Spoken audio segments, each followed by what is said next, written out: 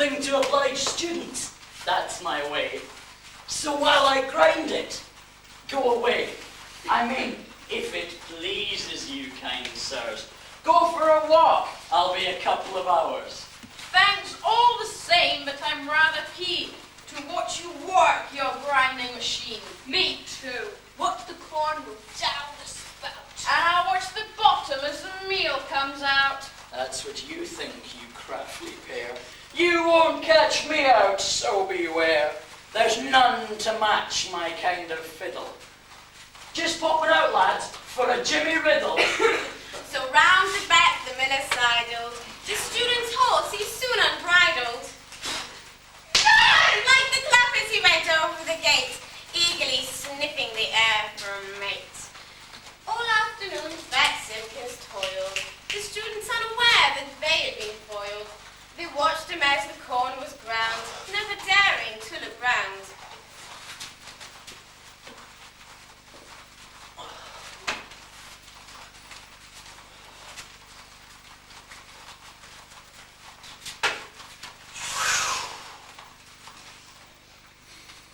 The job is finished, there's been no robbing. I'm just going out to look at Dobby. Right, old sport, I'll hang on here. I'll watch Simpkins, don't you fear. Soon the meal was bagged up tight, when in rushed John in quite a fright. Alan, quick! I think we're sunk. Dobbin's gone and done a bunk. Oh, out they shot like cork and stopper, while Simpkins robbed them good and proper. Mrs. Simpkins watched the fun, while the daughter fed her son. Oh, mother, come quickly and see the boys prance. The horse is quite frenzied, they don't stand a chance. Young Alan's going down. Oh, Lord, what a farce. The horse stopped so quickly, ran into his arse. No, hang on, John's got it. He's just grabbing me. Ooh, he just kicked him. He won't walk again. Look out! Behind you now! Whoa there, old dog!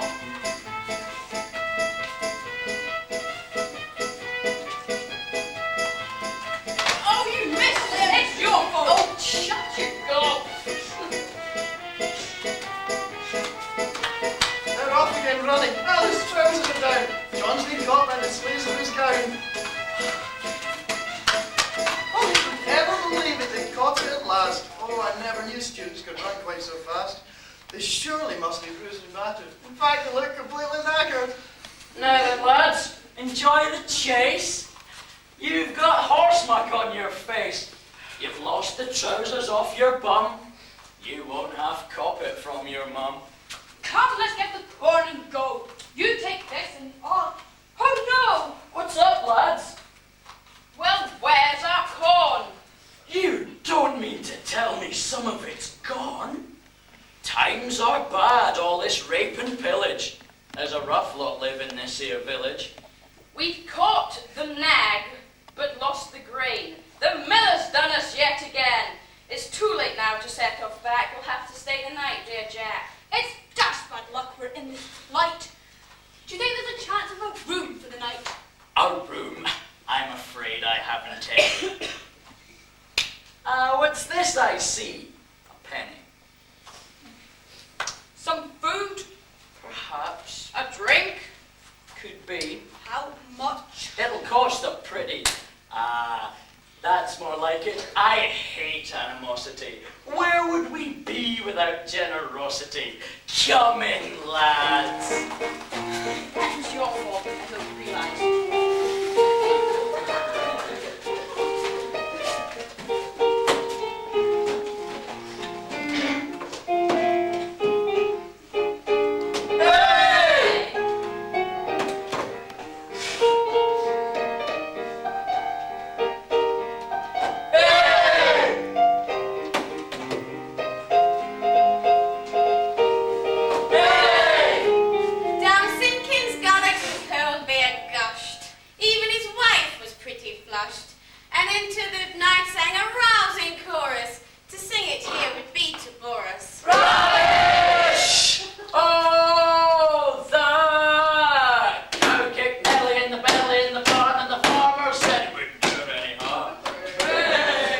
I'll sing you a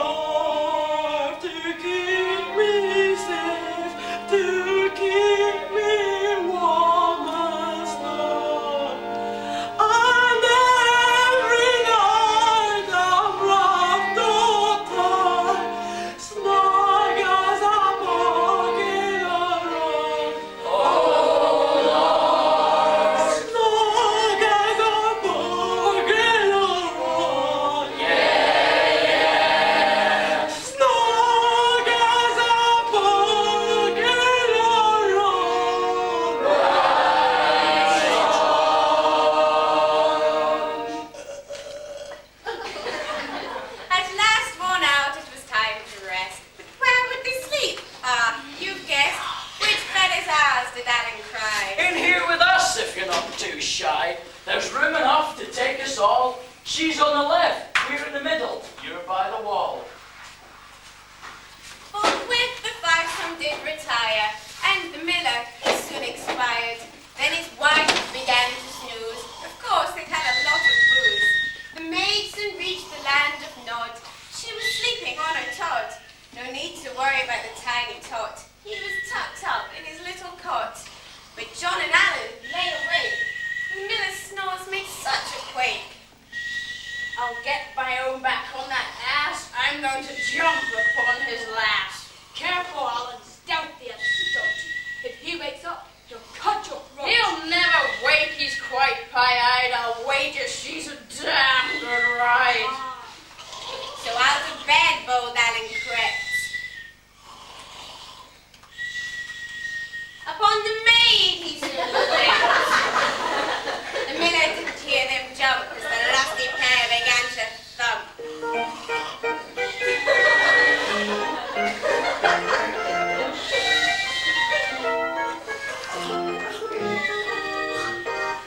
By the time that they debated, poor old John was quite frustrated. A joke's a joke, but this is ridiculous.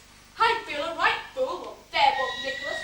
My pal's got his own back for the wrong that was done. He's having a great time giving her one. I'll look a right twerp when this story gets out. They'll say I'm a weed and a booby, no doubt. Just then, the miller's door did squeak, and Mrs. Simpkins went for a leap.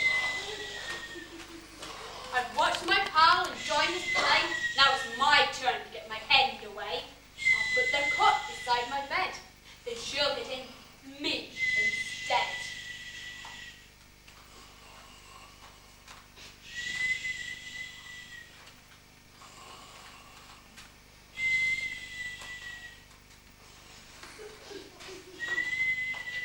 Where am I? It's dark as pitch. I don't know which bed is which. Where is the cot? I left it here. If I got him with the boy. Oh dear. Ah, here it is. I found the cot. At last in bed. Oh, what's this that's hot? The miller's wife then lay quite still. As soon as senses felt a thrill, she thought her husband had been asleep, so she was pleased when he thrust deep. All through the night the couples lusted, until the bed springs were nearly busted.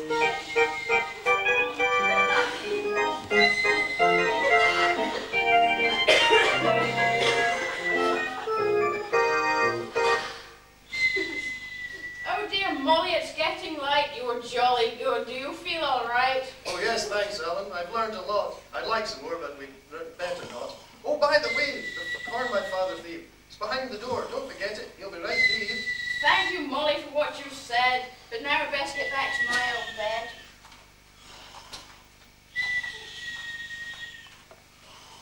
Oops, there's your cot beside your mother. Our bed must be the other. Wake up, you dolt, and don't scoff 3 times with Molly. I've had it off. I'll tell a friend that while you were snoring, I spent the whole night whoring. What's that you say, you dirty skunk? You beat up Molly while I was drunk? I'll murder you for that, you swine. I'll have your guts for a washing line.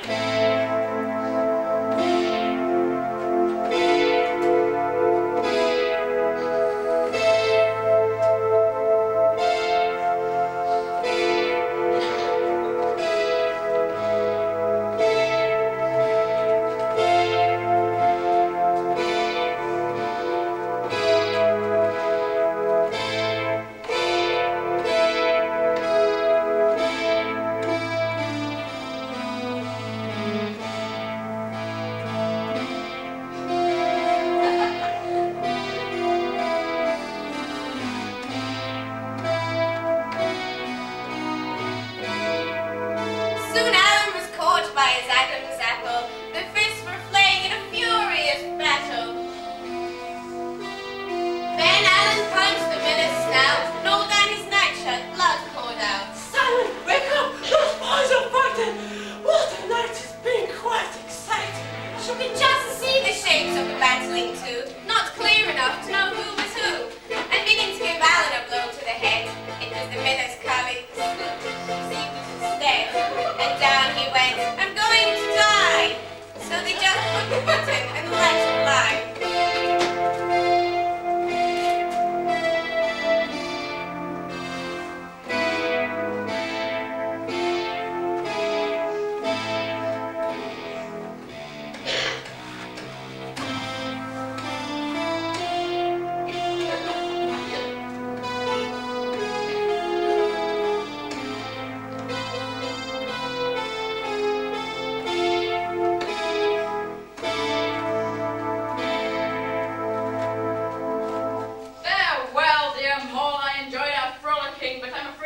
Dad deserved that rollicking. I say, Mrs. S., you really were lusty. It was me that oiled her. You were rusty. And so my tale comes to an end, in hope that the miller's ways will mend. And if you thought that bits were dirty, I beg you, please don't get shirty, for in our tale are morals hid. Do and be done by as you did.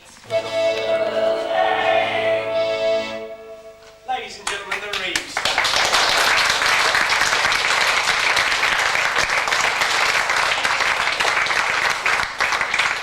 What about that, eh? That was a bit risque, eh? A bit cheeky, but I think we got away with it. I hope you're not put off, ladies and In gentlemen. days of old, when knights were bold, and maidens were quite frumpy, knights would have to travel far to get some rumpy-pumpy. Thank you, Ollie. I hope you're not put off, ladies and gentlemen.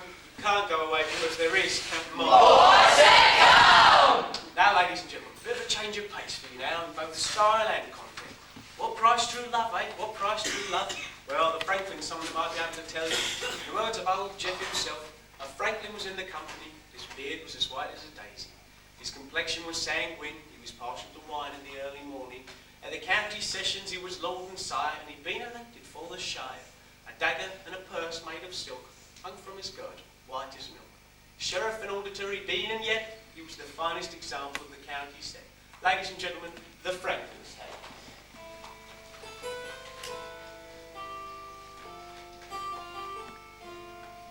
In Brittany, in honour bound, there lived a knight unto a lady to be found. This noble couple were in such accord that she took him for a husband and her lord. Sweet Dorigan, I do promise, as a knight, that never in my life, neither day or night, over you will I have any mastery against your will, or cause you jealousy, but do your will and obey you against all other, as any lady might expect of a lover. Only in sovereignty by name, to preserve a husband's honour, will I retain. Dear Arviragus, since with such civility you have bestowed on me this courtesy, of offering me so free a rein, God forbid there be betwixt us twain, through any fault of mine, any trouble or strife, so I will be a true and humble wife. And so in blissful joy they dwelt, by Philistine's coast, until the fair Lord felt, we must misfortune swell, by deeds of arms, Dorigan, farewell.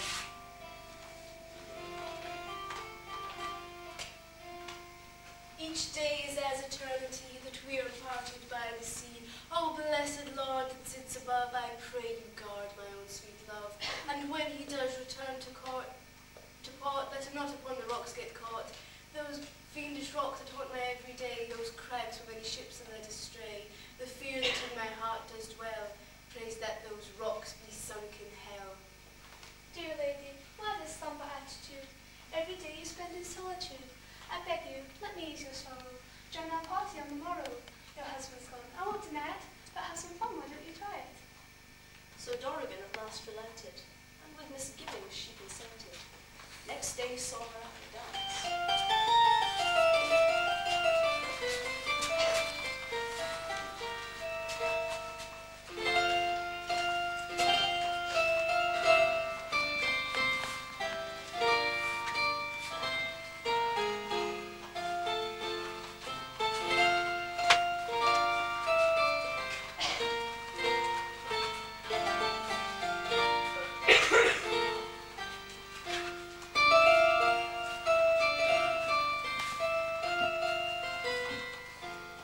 She gave no man a second glance, for faithful she would ever be, and always walk in constancy. Now at the dance there was a squire, who truth to tell did much admire fair Dorigan. For 2 long years he bottled up his hopes and fears. Aurelius his name, young and lusty, consumed with love, but very trusty. On at last finding them alone, he confessed his love to her unknown. Madam, I beg of you for some small sign that you may return my love in time. Aurelius, I'm determined all my life to stay an ever faithful wife. By the stars in heaven and the moon above, is there nothing I can do to prove my love? I fear that I will surely die, so my love to life goodbye. I can only promise what you ask if you perform the impossible task. Move each rock along the shore, and I will love you evermore. Surely that's beyond man's scope. Is there no other way to give me hope? Aurelius, my dear good friend, I love my husband to the end, and so I humbly beg of you, invest your love in someone new. Fair Dorigen, my love, my life, why was I stricken by another's wife? To move those rocks is quite impossible. Even to attempt it is unimaginable. And so I am resolved to die.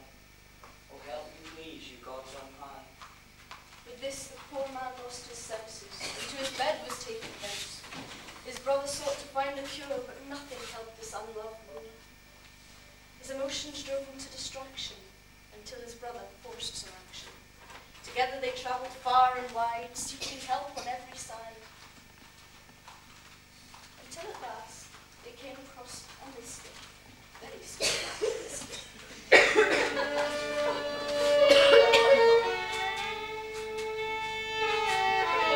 begged some special magic to prevent that fate most tragic. Come in, my sons. By my deduction, you've come for lessons and instruction. I have a course that starts next week, £5 an hour. That's very cheap. As a matter of fact, I need some tricks my brother he is in a fix. Fix? It will pay you well to move some rocks. Some rocks, you say. Now, let me see. A one-off job, 1,000 quid for a fee. £1,000, it's very steep. You want me to do it for cheap? £1,000 and a bargain to make, cannot risk a slight mistake. I think you'll be well satisfied. Now, I must study mood and tide, so what to tie with girl and stealth, and leave the details to myself. Let's see. What's this? Embryo frog spawn. Wow. You wouldn't happen to have any of that, lady? Oh, bass legs, complete spare? If you lend me yours, I'll return them later. What's next? Dried bull of mandrake. Do you know grasshopper? Doesn't work. Sounds great. They move the rocks from the sea, just like that. Think how super how it is. It's a must be days. Something lit, of course. And as the mystic had thus spoken, the logic of the waves was broken. For 1 week, the rocks were hidden. Aurelius had done what he was bidden. For now the rocks were out of sight. Oh, pity Dorigen's awful plight. My sovereign lady, I've done all that you bade. I love you, remember the pact that we made. Under the cliffs no rocks can be found, and therefore it's to me that you'll always be bound. If I had thought that you'd succeed, to love you I'd never have agreed. This pledge has caused me untold sorrow. I'll give my answer on the morrow. So sadly Dorigen weighed her plight. Death or dishonor, which was right? Between the two she could not decide, and so on her knees she prayed and cried. Now Averegus, who homeward meals, sees his wife and observes her tears. No longer can the truth be veiled, and soon he knows what is entailed. Oh, death! Despair, O darkest hour! The blossom is born before the flower.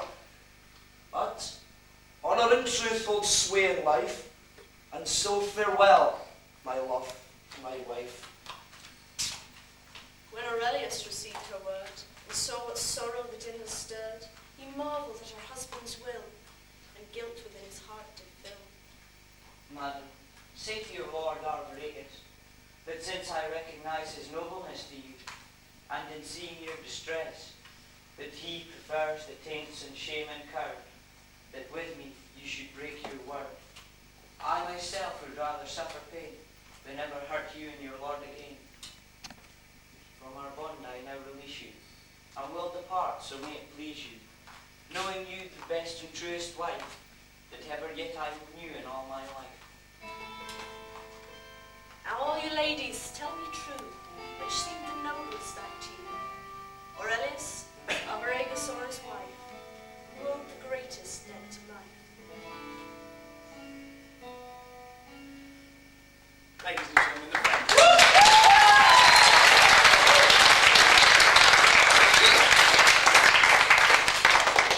Wasn't that lovely, ladies and gentlemen? Oh, nothing like a good love story is. Our next tale is going to be told by Matthew. Now, he's a man that knows all about weeping, wailing, and other sorrows. But he has a wife, the worst that might be. It's her that makes his life misery. And in this tale about to be told, you'll see such a man be made a cuckold. Now, don't be offended by the Bordeaux parts, but this is a tale that should reach your hearts. A tale of emotion, passion, heartrending. As to how it turns out, we'll wait for the ending. Ladies and gentlemen, The Merchant's Tale.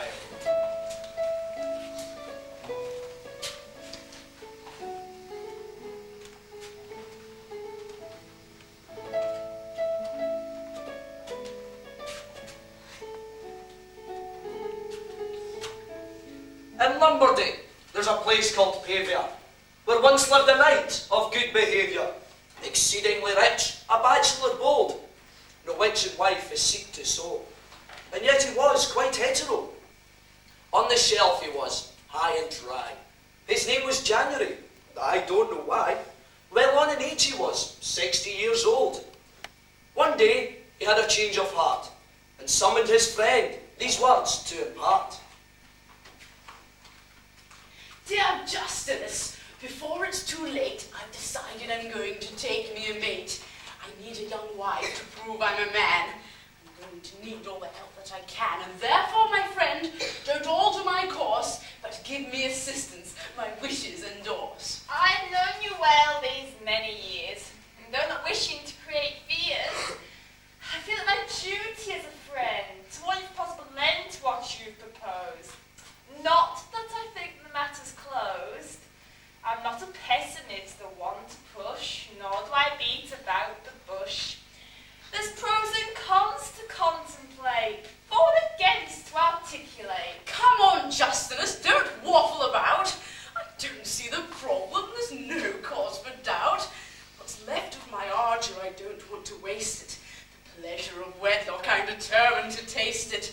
A strapping young wench, no more than 20. Someone like me who needs it plenty. I want some fun and I want an air. I'm getting desperate for my share. A step like this needs rumination, meditation, consideration, reconsideration. Come to the point, say what you think, before my vitals wither and shrink. In short, this advice I will impart. Find out first if she's frigid or a tart. If she's a drunkard or always in debt, a gossip maybe. But never forget, married men do what they're told. Bachelors never made cuckold. Nevertheless, if your mind is set firm, the wedding arrangements I will confirm. Here's an instrument to improve your view. There's the marketplace, it's up to you. Well, well, well. One little baby out, Jackie. Oh no. Too much meat on that one. Too skinny. Too short. Too tall. Ooh. Oh, crikey. Not bad. No, I think I'll stick over here. So soon this January spied a maid. With shiny black curls her head was laden. She had a pert little nose and lovely big eyes, and her other parts were of adequate size. He studied her closely, the dats and the thises. 'Twas her he wanted for his missus.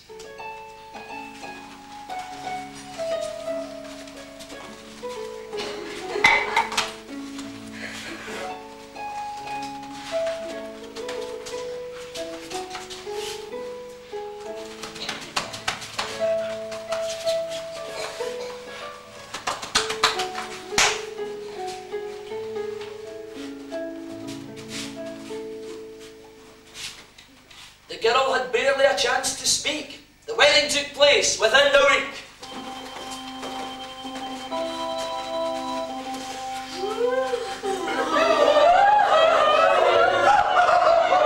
Her name was May, her dowry small, but January wasn't bothered at all.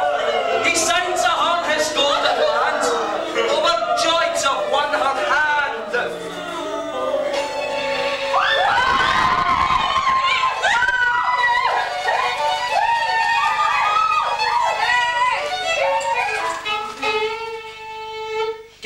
From north, south, west and east joined the couple at the wedding feast.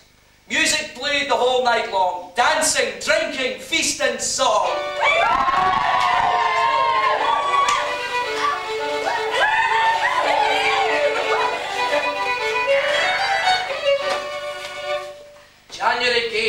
on his bride, anxious to be in bed by her side. His heart beat fast, his limbs were aching for the love they'd soon be making. She looked so frail, so chaste and demure. Could she, he wondered, his ardours endure? The night seemed long, 'twas nearly day. He wished his guests would go away.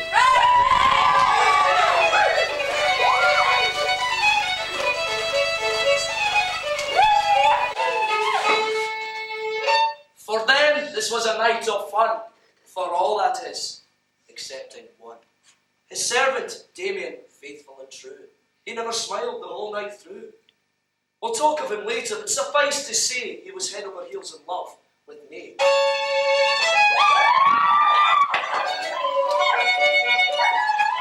The guests at last to the door were led, and bride and bridegroom retired to bed.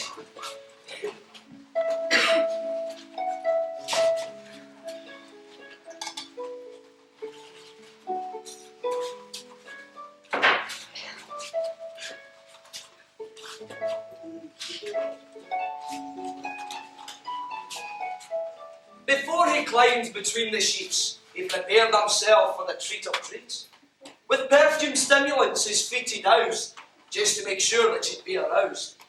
Tablets he swallowed and a bottle of tonic, guaranteed to make his parts bionic.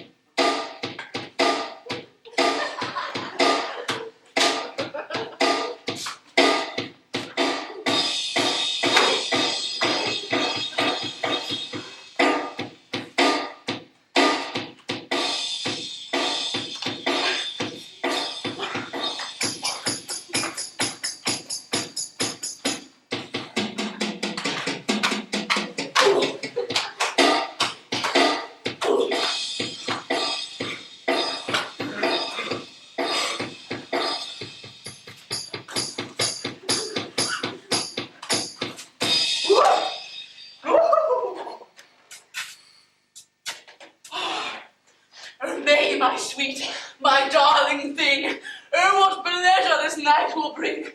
What joy and what elation. We'll have some fun and stimulation.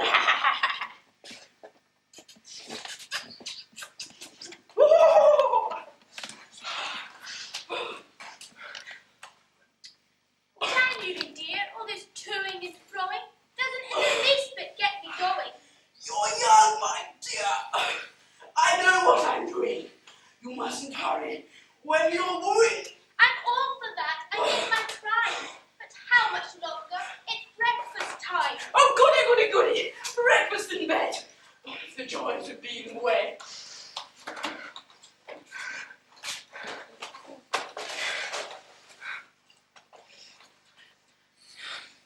Oh, what fun I've had in bed with the maid that I have wed. She's my blossom and my May. She is mine all night and day. And so we leave the newly wedded, fast asleep and safely bedded, to observe poor Damien's pallid hue. Alas, his heart is broken too. For 4 long days he's kept his bed, while love's sharp arrows pierce his head. He wrote a couplet, and then a stanza, and put it to music, like Mario Lanza. May, you shine just like the moon. That is why I wrote this tune. My heart it aches, I'm feeling blue. All that matters is just us two. I cannot help the way I feel. At your feet I wish to kneel. With love for you, I'm badly hit. But don't tell anyone what I have writ. Oh. No one could his anguish ease. They thought he had a strange disease. They did their best, but his heart grew faster. They gave him tablets and a sticky plaster. Damien, dear lad, where's the pain? Down there? I see. Perhaps it's a sprain. It's not mentioned in the medical book. I'll ask my bride to take a look. May, my dear, come here a while. Look at Damien. Give him a smile. Perhaps to see your face so pure will prove to be his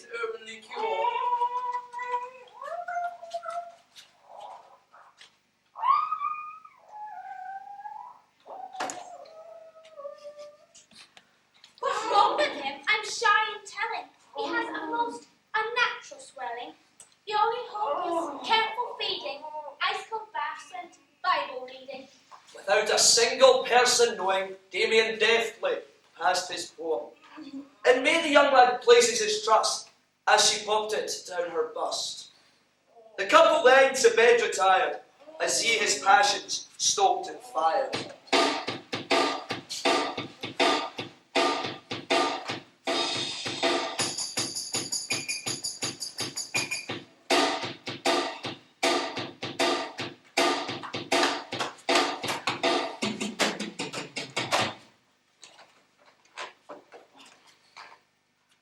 At last, sweet May could find the time to read poor Damien's amorous rhyme. When she read of the lovesick poet, she was filled with pity, but couldn't show it. For January was soon away, and a hasty action she had to take. Oh, goody, goody, goody! Breakfast in bed, one of the joys of being wed.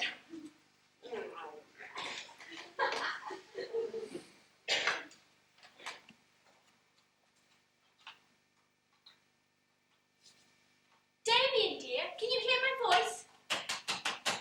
I'd like to help, but we've got no choice. I promise when the time is right, then in my arms I'll hold you tight.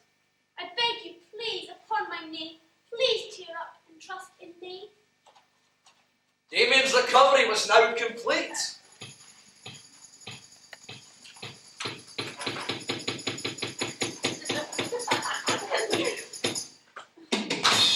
He was back to work and on his feet. Oh, happy for this writer of verse, while January took a turn for the worse. A few weeks later, oh disastrous plight, his eyes went dim, he lost his sight. No longer could he see his bride, and so he kept her by his side. With jealousy his heart did burn, lest from himself her eyes might turn. He held her hand both night and day, and Damien couldn't get near to me. Now, in his estate was a high-walled garden with a gate.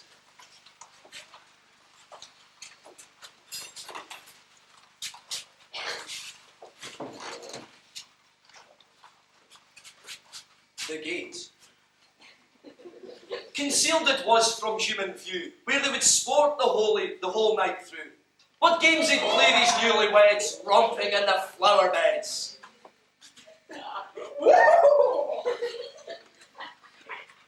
This gate was locked with a single key, and it was kept by January. But May had a subtle plan to make a cuckold of an old man. With a piece of soft wax, very delicately, she made a cast for a duplicate key. This she tossed to her young admirer, with a promise he'd soon acquire, if in the bushes he would hide, until she was there by his side. It's stuffy inside on this hot summer's day. I wish I could cool myself some way. I have an idea which cannot wait. I'll open up the garden gate. We'll have some fun in the flowers and fruits and run around in our birthday suits. Oh, goody, goody, goody. Now this garden gave complete seclusion. Complete, that is, with one exclusion. For some there are as free as there is. Ah yes, you've guessed it. Our friends, the fairies. And here they are. The king and queen. More enchanting you've never seen. When either sun or moon did shine, came Pluto and his Proserpine. Invisible to the human eye, they could run, dance, and even fly.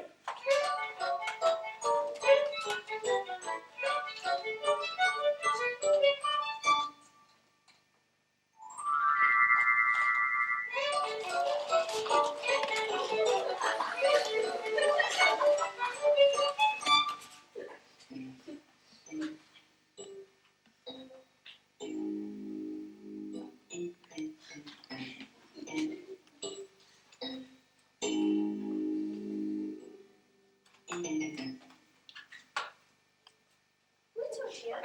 Did you see that? He's up to something. I smell a rat. That was Damien. I know his face. He shouldn't be here in this private place. Suspicious thoughts can be misleading. Perhaps it's the gardener doing the reading. If my presence seems overzealous, it's because my blindness makes me jealous. And therefore, do not grieve my wife if I ask you to be true for life, and faithful as all wives should, I promise it's for your own sweet good. In the eyes of God you will be pure, and your own honour will be secure. And thirdly, if you pledge yourself, you'll have my land and all my wealth. I never thought you'd ever doubt me or think suspiciously about me. When we married, I made my troth, and I'm not one to break my oath. It's women always get the blame. Men are innocent, always the same. To hear his wife sound so offended was not what January had intended, and so he consoled her tenderly. Well, Damien, got ready, up the tree. Did you hear that, hussy? I've had enough. I'm not going to watch this filthy stuff. The man's been wronged, but he can't see there's something up in that there tree. It's just like women to tell those lies. It's most offensive to fairies' eyes. I've got a plan to put things right. I'm going to give him back his sight. Don't blame the girl, and don't dare scold. He thinks he's bought her with his gold. Creepy old man with withered up skin. Why should she be in love with him? Her feelings have been tied in trust to satisfy an old man's lust. She's a woman dear in her own right, and I promise if you give him the sight, your magic will be of little use, because I'll give her a good excuse. Damien, dear, come here a while. All is forgiven, please give me a smile. It's pleasant in the summer breeze, standing underneath these trees. Would you like some fruit? There's some up there. I can see an enormous juicy pear. I'd pick it myself for you, dear, or ask Damien too if he were here. You'll have to climb upon my back. That's it. It's easy once you've got the knack. She got the knack, and plenty more, as Damien thrust like a rampant boa.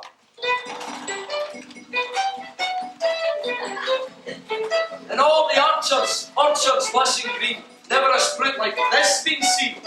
Just as he reached the height of joy, Pluto waves his magic toy. Have you got it, dear? Are you all right? That's funny. Everything's turning right. Good God! So this is how my wife deceives, jumping with Damien among the leaves.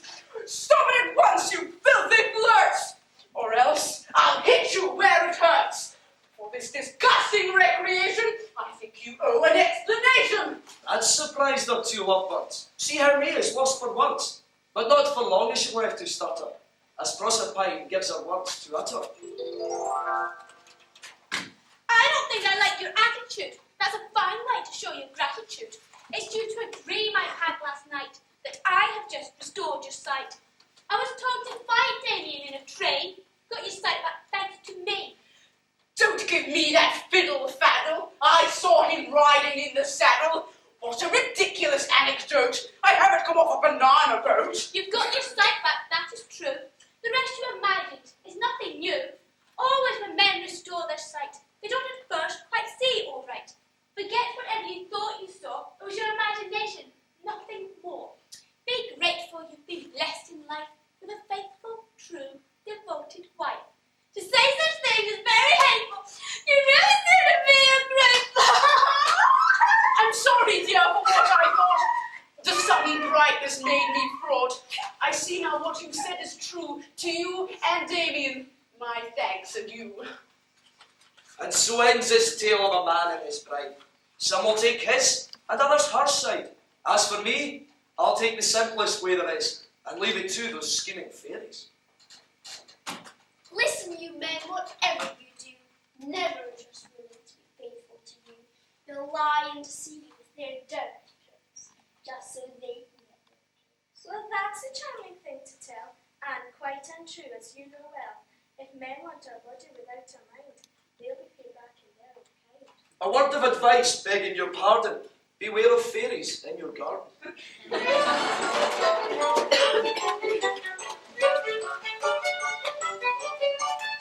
The Merchant's Tale.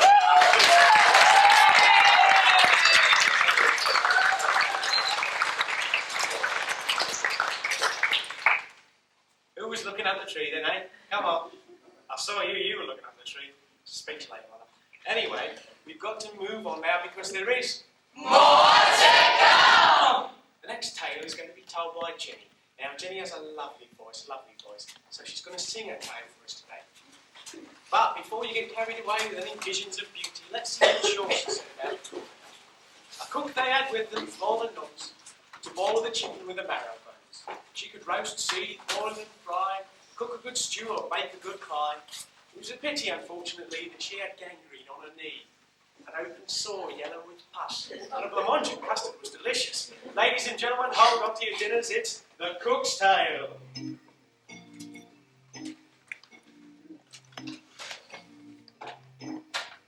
We'll sing you a tale, its moral is clear, about a young apprentice as you will not hear. He'd black curly hair and a countenance brown, the lasses took care as he jotted them down.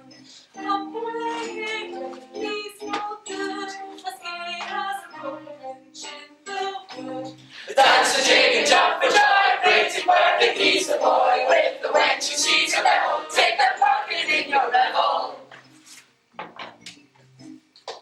In Peter he served in the victualling trade, but he gambled much more than ever he was paid. For work he would treat, his life was a game, his last rebuked him again and again.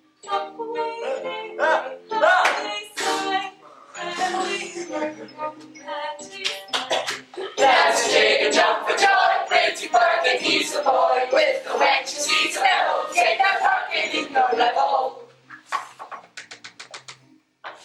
He hadn't a rival in throwing the dice. There was nothing to compete when he came into vice. He'd drink and he'd dance, never missing a jig. And all the girls loved him, big or big.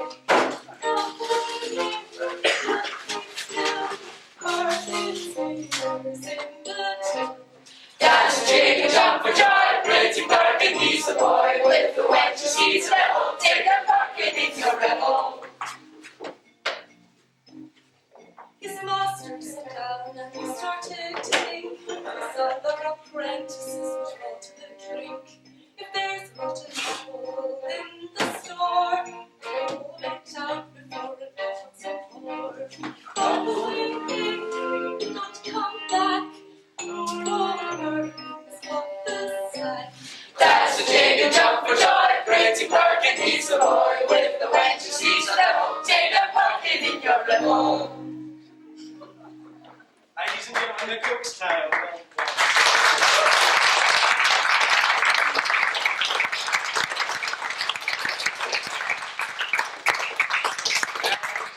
That's us approach the end of the first half, but do not go away because there is more to come, namely the raffle. But before we start with that, we'll let this hard-working cast go away, freshen up for a bit. Now, on with the raffle. Thank you. The prizes, I believe, are some chocolate and some wine, so...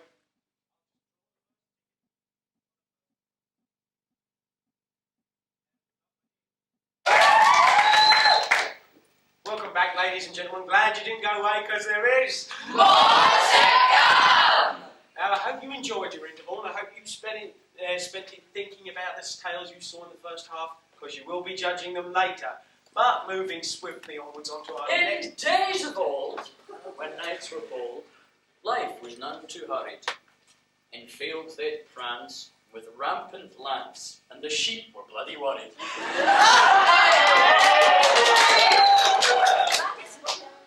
Moving swiftly onwards onto our next tale, which will be told by Ruth. She's a wife from Bath in Somerset. Bit deaf, unfortunately, but far from dumb as yet. Making cloth, her fingers are more nimble than any gift to read who wielded a thimble. An excellent woman all her life. As for husband, she's not 55. Far from men in her early life, but we won't talk of that. This good wife knew all the remedies of love perchance, for in her heart she knew every dance. Ladies and gentlemen, the wife of Bath's tale.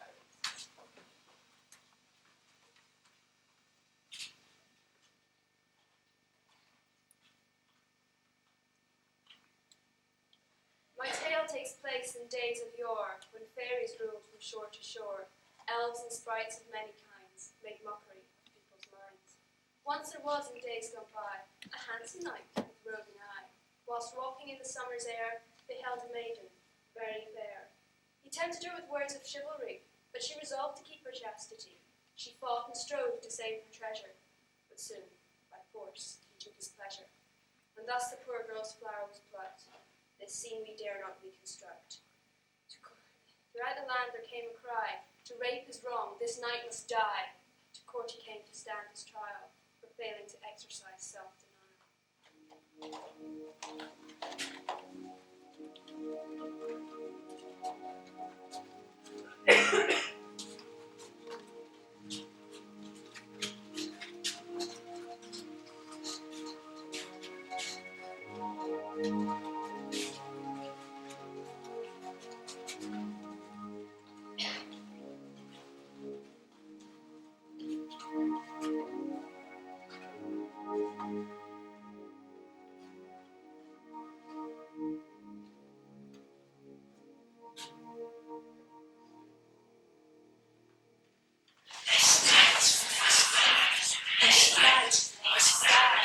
I condemn outright your vile misdeed. It is against the law to scatter seed. Where pure young maidens are involved, I have considered well and have resolved, taking account of the poor girl's shock, that you should die upon the block. Husband dear, I beg a favour. Let me be judge of his behaviour. I will not take an indulgent stand, but let him earn his second chance. Very well, my sweet, my duck. It's up to you. The best of luck. I'm not offering absolution, unless you give the right solution. This is a question to be diagnosed. What do women desire most? Answer if it's upon your tongue, but if you're wrong, your days are done. So listen well to what I say. You may be free 1 year and a day, but then you must return to court with the answer you have sought. I thank you for the year's reprieve. What the answer is I can't conceive. So I will be upon my way to seek the truth without delay. He searched and searched in vain. Sun, moon, stars, rain, night and day, wind and tide, tree and leaf, summer sighed, autumn wept, winter fled, spring awoke in pain. He asked and asked in vain. Can I ask you something? Yes. What is it? Excuse me, ma'am. Miss. I beg your pardon. What is it that you desire most? Oh, you are awful, but unlike you.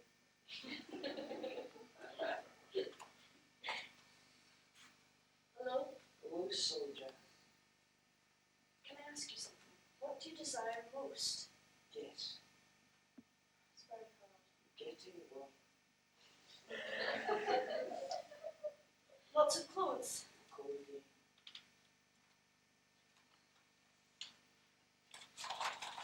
Who's this? Who's looking booch and hairy?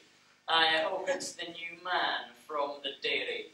2 large yogurts, please. Please, let me make my story clear. I've asked this question for a year. Tomorrow I return to court. If I'm wrong, my life's cut short. Please help me. What do you suggest? Some said women desired lots of money. Some said honor. One said, that's funny. I like nice clothes and lust in bed. Some said the best way to win our hearts is with flattery. That's what pleases our private parts. And I'd agree, the man who flatters is the one who gives pleasure where it matters. I'm none the wiser, as you see. No two women can agree. Thanks all the same. I mean no rebuff. I'm afraid it's just not good enough. Well, you are a nice one, that's for sure. You'll get no help from me. No more. Tomorrow I return to face the queen, and death for the celebrity. Why did I stay that way? It's never worth it afterwards.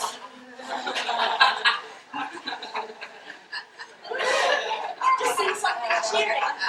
Dozen ladies they're performing an amazing dance. I'll pop your question. It's my last chance.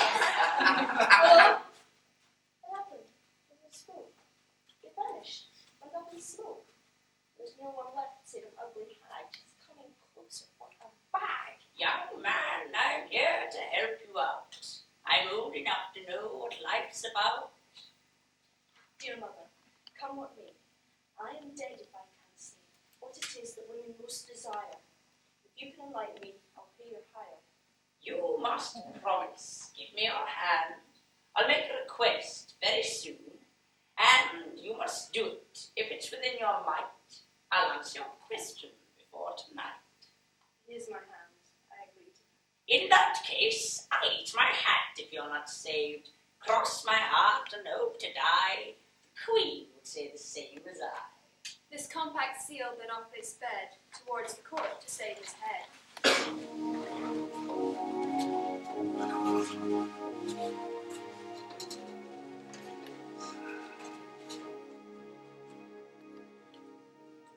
The hag and knight arrived at court, and he said to the Queen,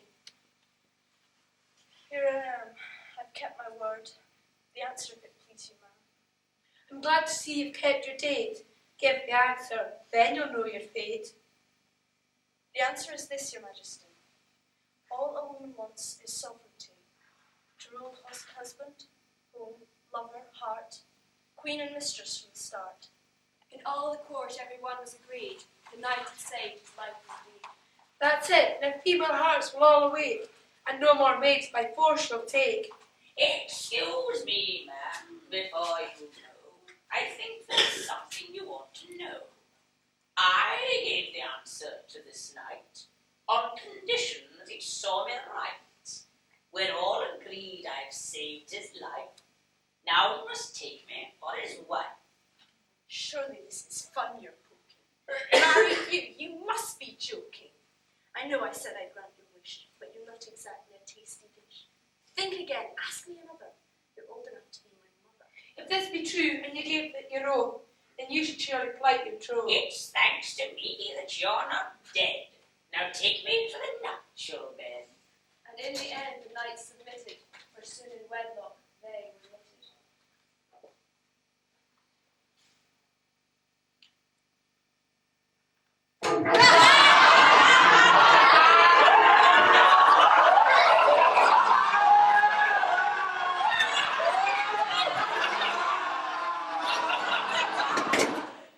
Out of the fat into the fire, he thought, as he and his wife to their bed were brought.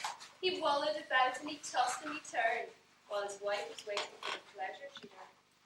Come, dear husband, hold me tight. This is a poor do on our wedding night. We should be having healthy fun. What's the matter? What have I done?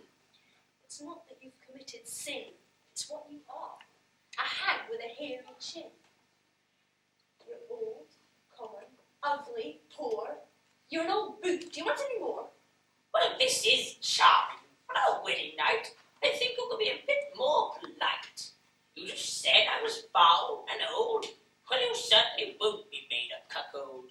For filth and age are certainly wonderful guardians of chastity. Nevertheless, since I know your delights, I'll care for your worldly appetites. I'll give you two choices, by and by, to have me smelly and old until I die, and be to you a true and humble wife, and never displease you all my life. Or else you can have me young and fair, and take your chance with those who dare to come into your